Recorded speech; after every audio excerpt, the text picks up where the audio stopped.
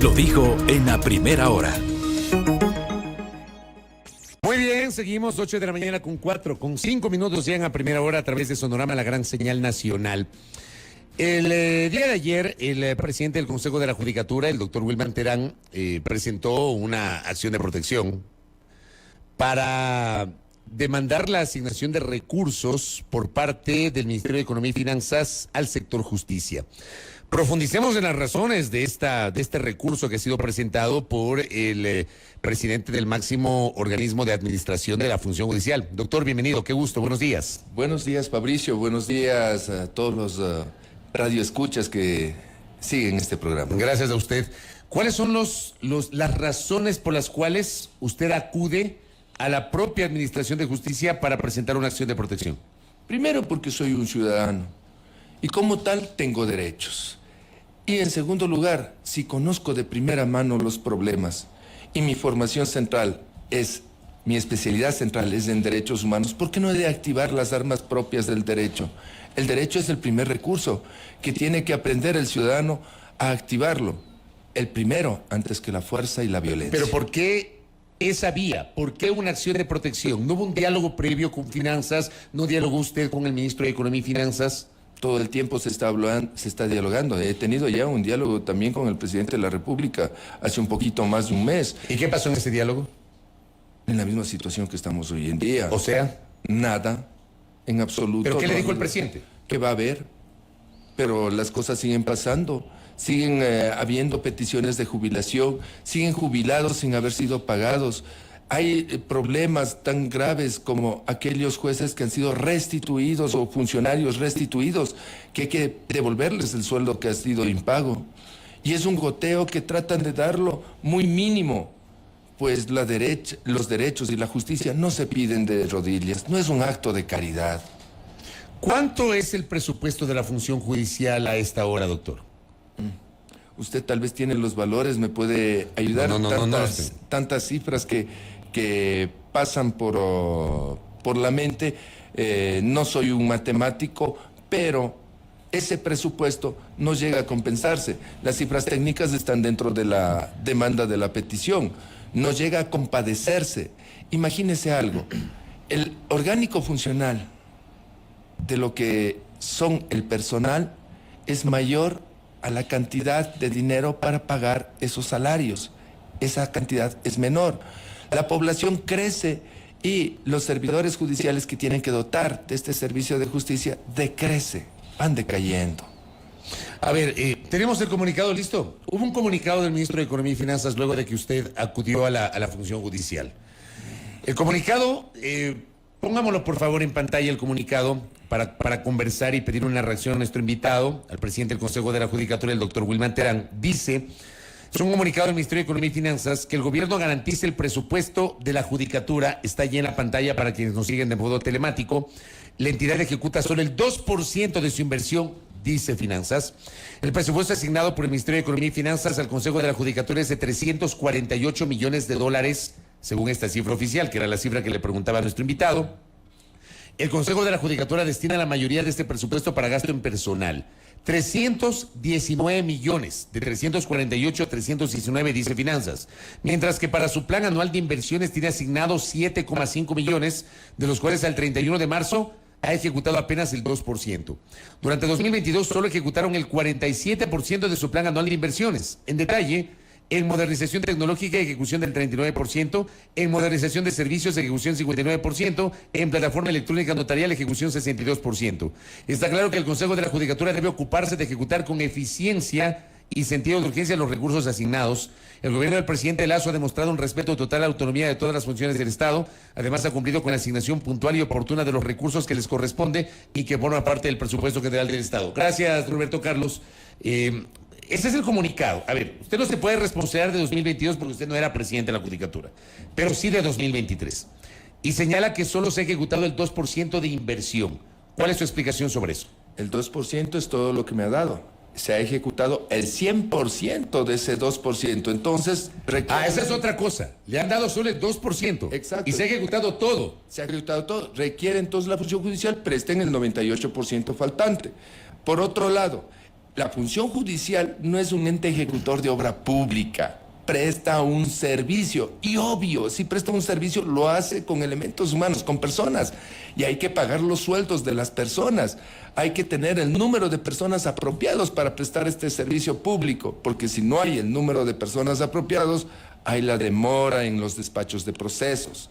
Las sentencias, la justicia empieza a tardar. Hay que tener coherencia en aquello. Cuando hablamos de que la mayor parte del presupuesto se destina a gasto de personal, van a decirle usted que ese es gasto corriente. ¿Podemos explicar por qué prácticamente todo el presupuesto se destina para gasto de personal? El gasto corriente está distribuido, 1, los sueldos y salarios, 2, los gastos de mantenimiento y operación de la infraestructura. No solamente sueldos, entonces. No solamente sueldos. 3, los servicios básicos que consume, energía eléctrica, internet, todos estos valores. Si es un servicio público que se da a la ciudadanía, que se trabaja intelectualmente a través de sus funcionarios, es lo que se ejecuta, honestamente. No es una cuestión de hacer que me vengan a decir dónde está la inversión. ¿Inversión en qué? La función judicial no hace obra pública. La función judicial presta un servicio público. Que se entienda eso muy claro. Ustedes no construyen edificios para la función judicial, ni juzgados, ni nada de eso. No, no estamos dedicados ¿Eso es responsabilidad de quién es? Esa es responsabilidad del Poder Ejecutivo. Ellos, en primera fase, tienen que dotarnos de la infraestructura física. Ellos tienen que dotarnos de los terrenos. Ahora, si nos delegan aquella función con milagrados, empezará entonces el Consejo de la Judicatura a ejecutar planes de inversión para construir edificaciones. Pero nótese, no es la especialidad de la función judicial. O sea que lo que hizo el Consejo de la Judicatura de Transición en 2011 fue una tarea excepcional que no le corresponde al Consejo de la Judicatura, porque ese Consejo Transitorio construyó pues infraestructura. Así es, pero lo hizo en base de un proyecto que el Estado lo autorizó y le concedió esos valores económicos. O sea, no es que quiso, no es que lo hizo porque quiso. Exactamente. Sino porque tiene una delegación. Algo así, entendámoslo de esa manera. Pero ustedes sí son los responsables del funcionamiento hoy de la infraestructura judicial. Y allí, por ejemplo, hay una serie de denuncias por parte de funcionarios judiciales. Mire usted, me llegó esta denuncia que le voy a leer tal cual a nuestro invitado. Me dice que le diga al presidente de la Judicatura, nos dice un oyente, que si no sabe cuando se entra a trabajar no te dan computadora y que tú tienes que llevar todos los días con el riesgo que eso implica, más si eres mujer, porque me escribe una dama y no les importa, hay que hacer vaca para comprar papel, para imprimir, tóner, carpetas y esferos. No hay ni escritorios para sentarse, o sea, volvimos al desastre de antes, nos dicen acá. Ponen tarros de plástico de botellas cortadas para recoger el agua de las goteras que nos caen encima. No, esto me acaba de escribir un oyente. ¿Usted tiene conocimiento de esto? ¿Es tanto así como me acaban de escribir? Claro, por eso... ¿Es real esto? Por eso se está pidiendo y exigiendo este gasto corriente. Pero entonces sí es real esto. Es sumamente real y cierto. A ese nivel de precarización está la función judicial, presidente. No hay tóner, no hay papel. Hay goteras en los techos de los despachos de ciertas casas judiciales. Yo estoy recorriendo el país en ciertas partes. Alban Borja en el Guayas es muy precario. Florida Norte del Eso le Guayas. decía la Florida Norte. Florida Norte del Guayas. Imagínense, mira una infraestructura como que fuera un adorno de gradas de emergencia y no están conectadas al edificio. El rato que hay un incendio, ¿qué? Tendrán que romper el vidrio y botarse. Una irresponsabilidad muy grande. En el Oro, la infraestructura física no existe. A raíz del sismo, el Palacio de Justicia está comprometido. Hay un informe que dice que es inhabitable. En Colta, la casa judicial con goteras. Una cosa absurda, que han construido un complejo judicial en pleno Colta, en el Páramo, y con aire acondicionado. Hay cosas ilógicas. ¿En Colta con aire acondicionado? ¿En serio? Exactamente, sí, exactamente. ¿Es en serio? Le estoy diciendo en verdad, conozco la realidad. Pues, a mí no me pueden engañar en esas cuestiones. Entonces, se hace una tremenda campaña de publicidad para desprestigiar a la función judicial. No voy a tapar el sol con un dedo. No se puede negar que hay corrupción en todos los poderes del Estado. Pero se hace una tremenda campaña. Estoy haciendo todo el esfuerzo humano posible para devolver esa confianza ciudadana que requiere el Ecuador en la justicia. Con lo que usted nos está diciendo, usted entonces no podría señalar que el Consejo de la Judicatura es responsable de esta situación tan compleja que viven funcionarios de la Administración de Justicia? Ustedes no son responsables. Somos responsables y por ello se inició esta acción contra el presidente de la República y la he iniciado como persona natural, porque siendo responsable y que no haga nada el presidente del Consejo de la Judicatura sería un irrespeto total. Ahora, el tema es que usted presenta una acción de protección contra la propia, digamos, en la función judicial que usted mismo preside. Ahí no hay tal vez una contradicción, doctor. Imagínese que si se entran en mi propiedad y yo, por ser el presidente del Consejo de la Judicatura, no podría ejercer una demanda de invasión.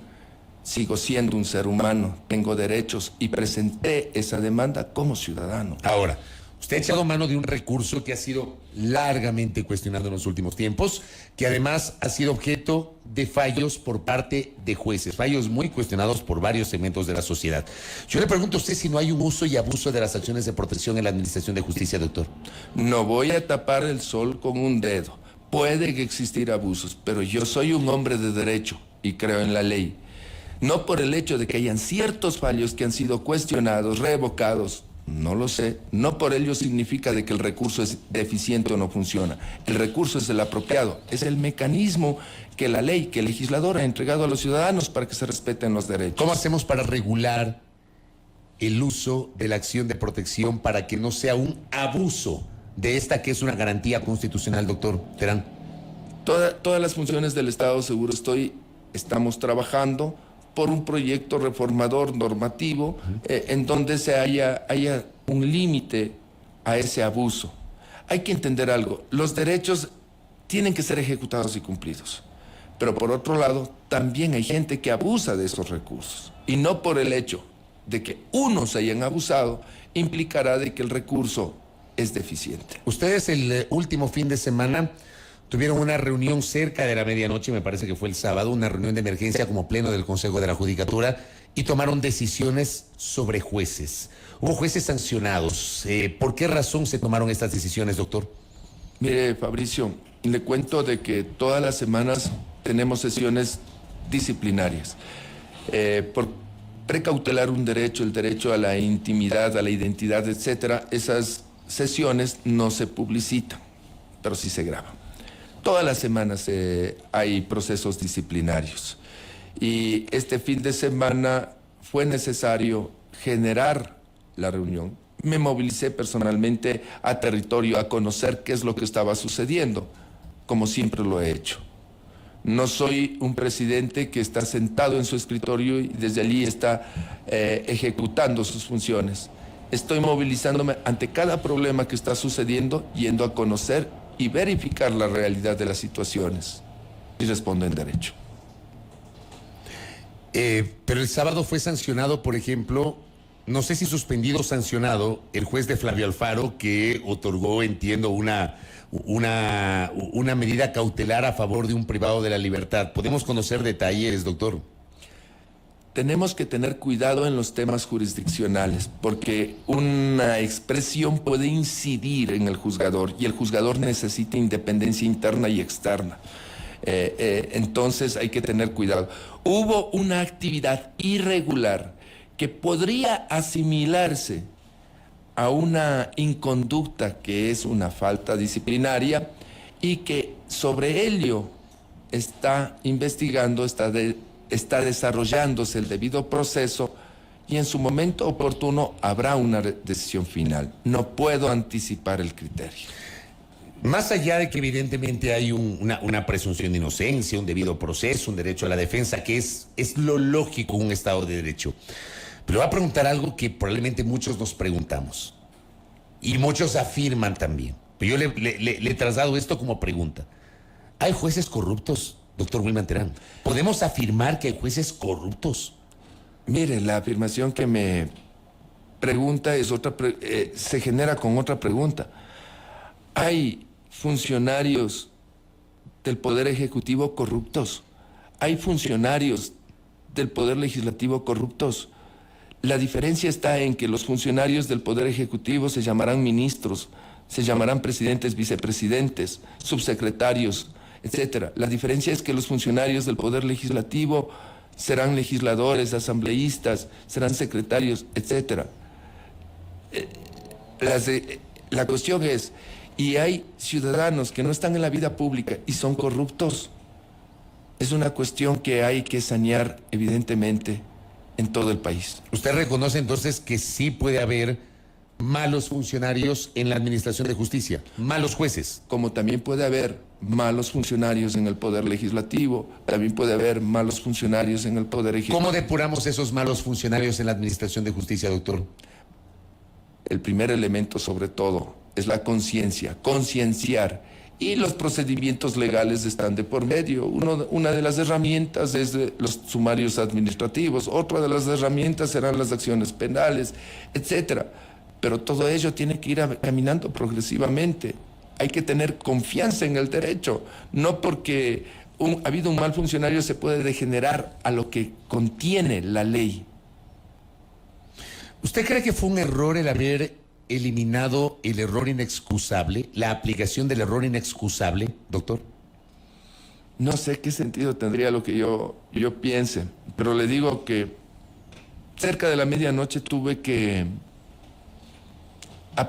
inaugurar una sesión extraordinaria del Pleno. En mi nivel de conciencia, eso me generó personalmente una angustia.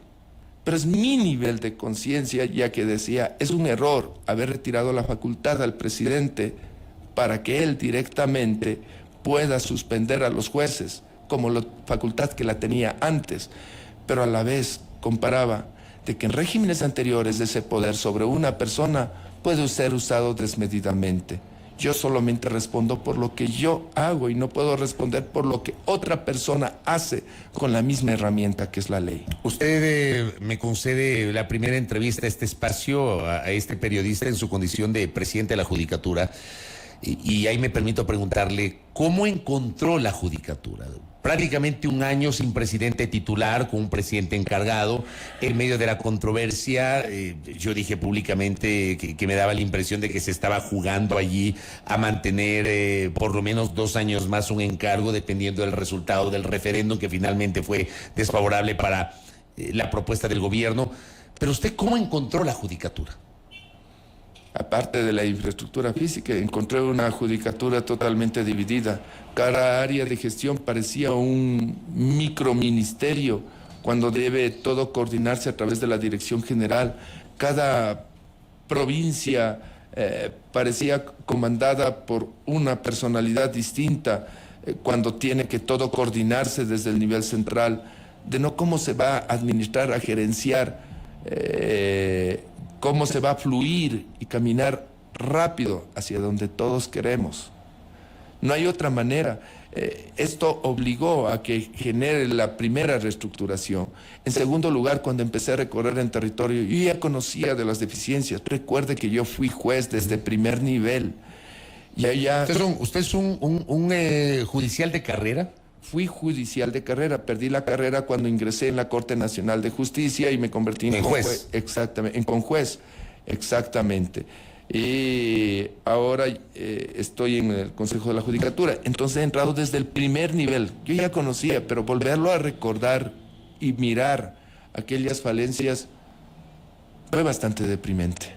Es deprimente, pero no me desanima. Eso es lo que me llena de más valor para seguir luchando por no restablecer las edificaciones de la función judicial. Eso es circunstancial. No dotar los insumos necesarios es circunstancial. Lo más importante es restablecer la confianza ciudadana. Créame, yo tengo confianza y tengo fe en el derecho sobre cualquier otra cuestión. Y sé que es la única manera de pacificar. Yo veo al Ecuador de que está entrando en un ambiente o un clima de terror. Muertes en el sistema penitenciario, violencia. Entraron a una casa judicial a bala, tratando de victimar o sacar, no lo sé, a un privado de libertad. Han puesto bombas en unidades judiciales en distintas partes del país. Son síntomas del terror. Y además de eso, una sincronía en la onda virtual, en los twitters, que genera como un comando de desprestigio. Cualquier cosa escriben sin fundamento. Lo que realmente evidencia que son esas personas. Lo único que pueden escribir es el concepto de su alma. cosas deplorables. ¿Usted cree, por ejemplo, que por ese clima de terror hay fallos judiciales que pueden parecer insólitos? Puede ser por eso. ¿Usted cree que hay jueces amenazados? Puede ser. No puedo afirmarlo mientras no se me evidencia. Pero usted no lo descarta. No lo descarto. No descarto el mundo de posibilidades que genera el terrorismo y que se quiera combatir a la violencia con más violencia. Creo que no es nada lógico. A la violencia se la combate con la razón, con el derecho, con la conciencia humana. ¿Se ha pedido seguridad por parte de Judicatura para ciertos jueces que probablemente están analizando casos muy complejos y que necesitan esa seguridad? Se ha solicitado seguridad, pero también es demorado. Pero más allá de ciertos jueces, las casas judiciales necesitan también una seguridad.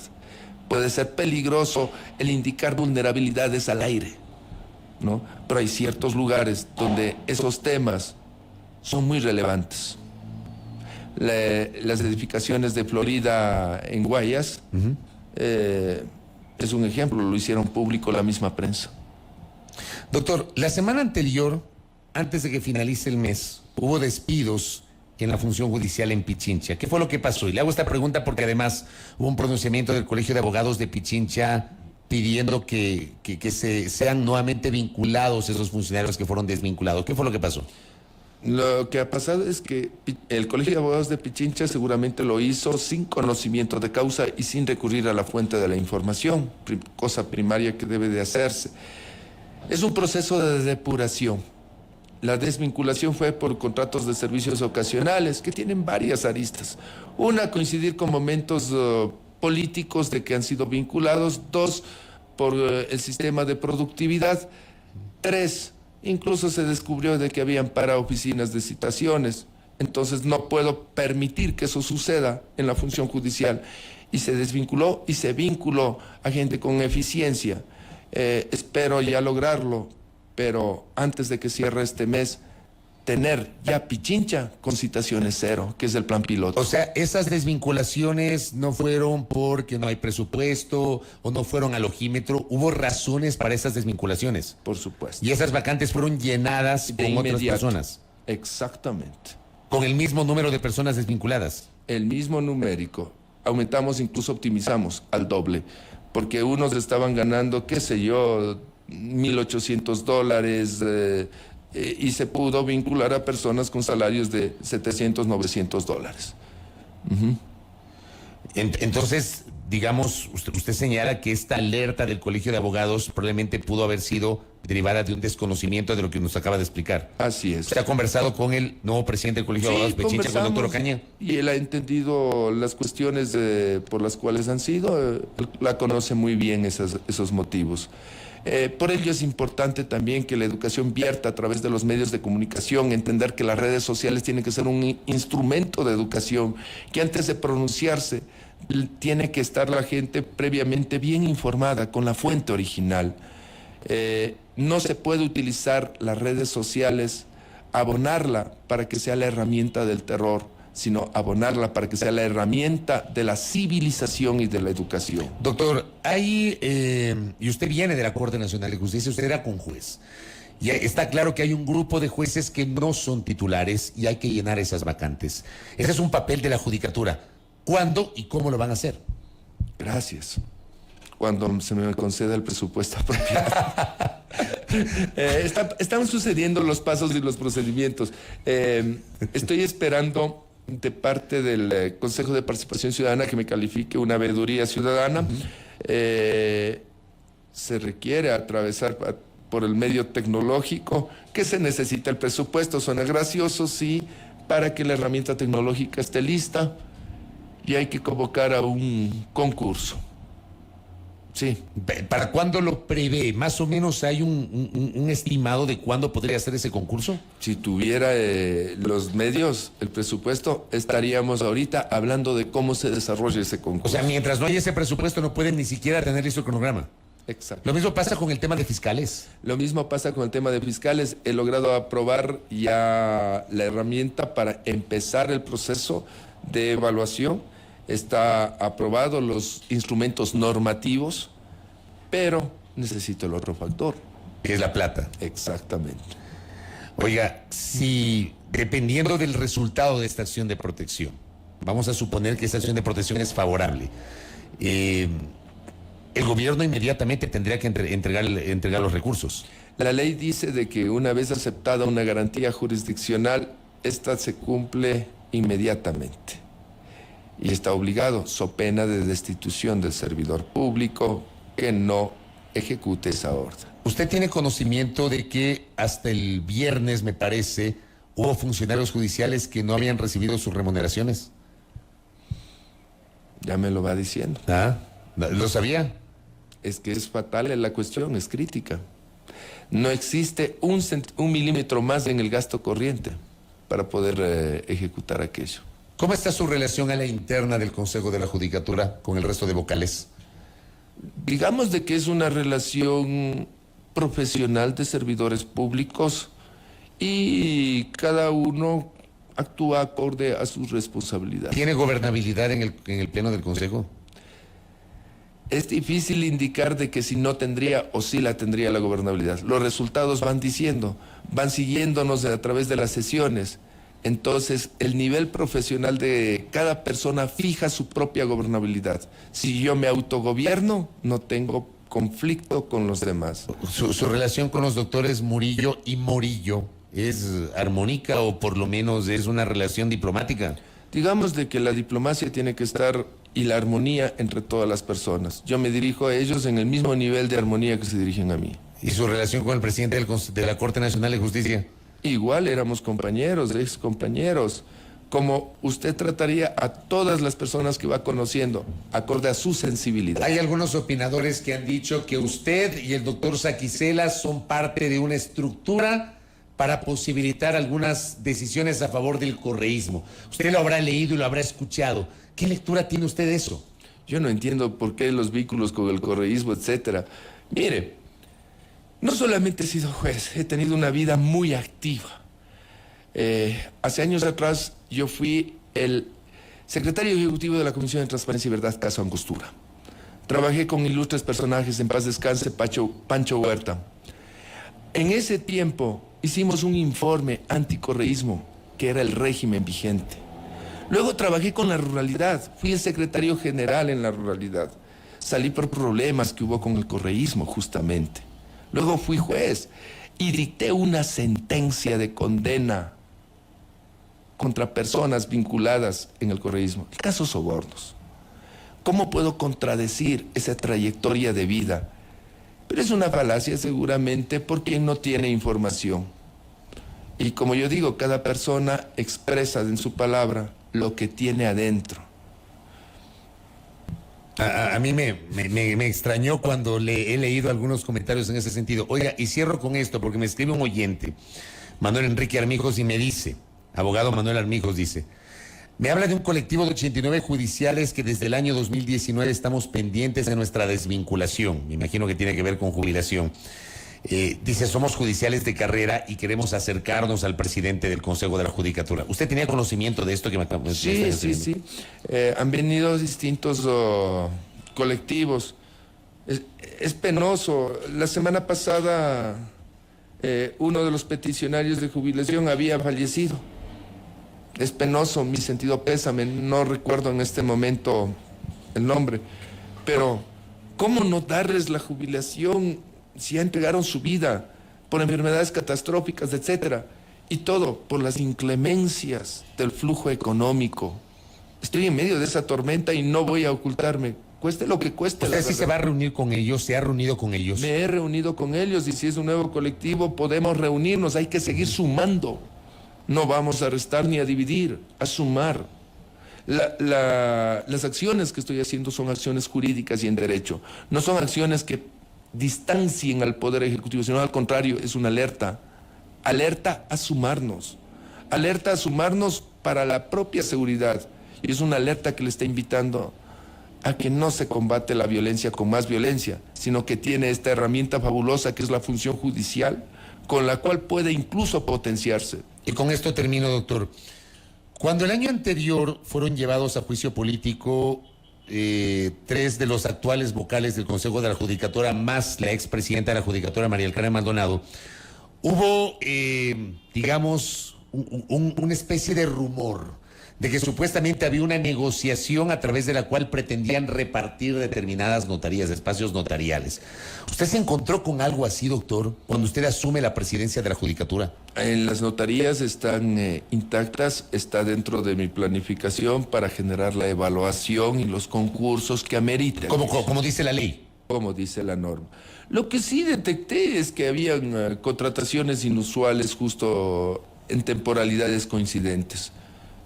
Los factores no los sé, no están registrados objetivamente. Correcto, doctor, le agradezco por el tiempo. Muchas gracias. A nuestro invitado, el doctor Wilman Terán, presidente del Consejo de la Judicatura, nos ha visitado por primera vez y hemos tratado de abordar todos los temas vinculados al funcionamiento administrativo de la función judicial. Obviamente insiste en la necesidad del presupuesto y ha respondido al criterio del Ministerio de Economía y Finanzas, que también lo mostramos en este espacio. 8:35, pausa en la primera hora.